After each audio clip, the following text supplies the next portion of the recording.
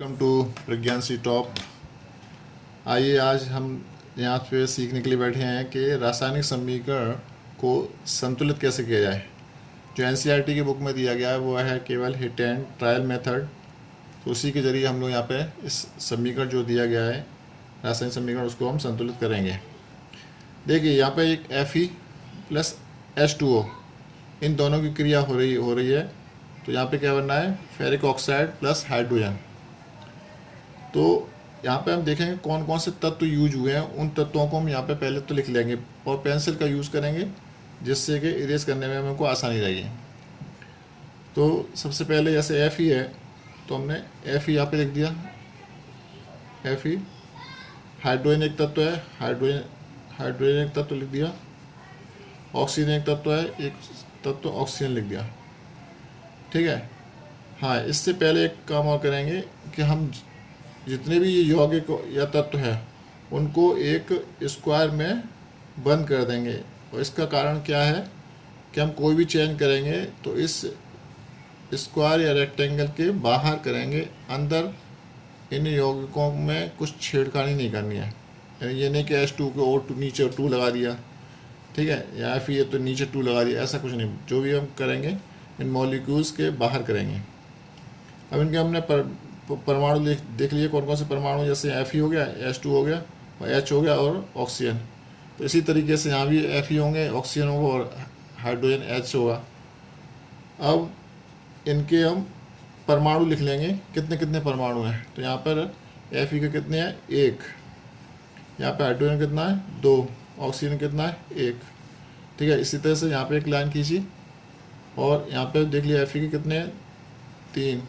Hydrogen कितने हैं, 2। Oxygen कितने हैं, 4। ठीक है। तो ये तो हो गए जो इस समीकरण में जो नॉर्मल उनकी परमाणु संख्या है। हमको इक्वल करना है, क्यों कि जैसे यहाँ पे 1 है, यहाँ पे 3 है, यहाँ पे हाइड्रोजन के 2 है, यहाँ पे हाइड्रोजन 2 है, यहाँ पे सेम है। चलो, ऑक्सीजन के 1 है, यहाँ पे ऑक्सीजन के 4 है। तो सबसे ज़्यादा जो परमाणु होते हैं उनको पहले हम बराबर करने की कोशिश करते हैं। तो जब से यहाँ पे 4 हैं तो ऑक्सीजन को इस साइड की तरफ हमको मल्टीप्लाई करना पड़ेगा 4 का। ठीक है।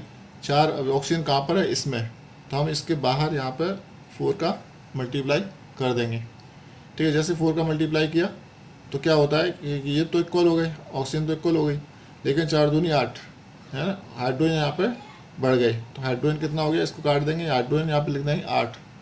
हाइड्रोजन 8 तो होते ही अब यहाँ पर हाइड्रोजन 2 रह गए, यहाँ पर 8 हो गए। तो इसको हम क्लियर करने के लिए क्या करेंगे, 4 का मल्टीप्लाई कर देंगे। तो यहाँ पे हाइड्रोजन किधर है, इधर है, तो इसमें हम 4 का मल्टीप्लाई कर देंगे। ठीक है। इसी तरह से अब देखो यहाँ पे हाइड्रोजन क्लियर हो गई। अब बचा फेरिक यानी आयरन बचा। तो यहाँ पे 1 है, यहाँ पे 3 है। तो इसको क्या करेंगे, इसमें सिंपल है कि यहाँ पे तो केवल सिंपल अकेला बचा हुआ है, तो यहाँ पर हम 3 का मल्टीप्लाई कर देंगे। इसका मतलब यहाँ पर हम 3 का मल्टीप्लाई कर देंगे।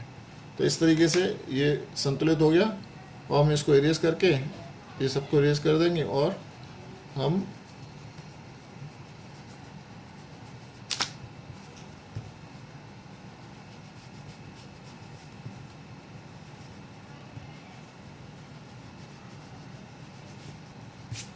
इरेज करने के बाद आप चाहो तो इसको भी इरेज कर देना और यहाँ पे हम बाकायदा इससे पेन से फिर से कर देंगे। अब देख लीजिए Fe के 3, हाइड्रोजन के 4 दूनी 8, 4 दूनी 8 हाइड्रोजन के, ऑक्सीजन के 4 है, यहाँ पे 4 ऑक्सीजन है, यहाँ पे 4 ऑक्सीजन है। इस तरीके से ये हमारी समीकरण जो है संतुलित हो गया है। तो यदि ये आपको पसंद आया तो वीडियो को लाइक सब्सक्राइब कर लीजिए। Thank you.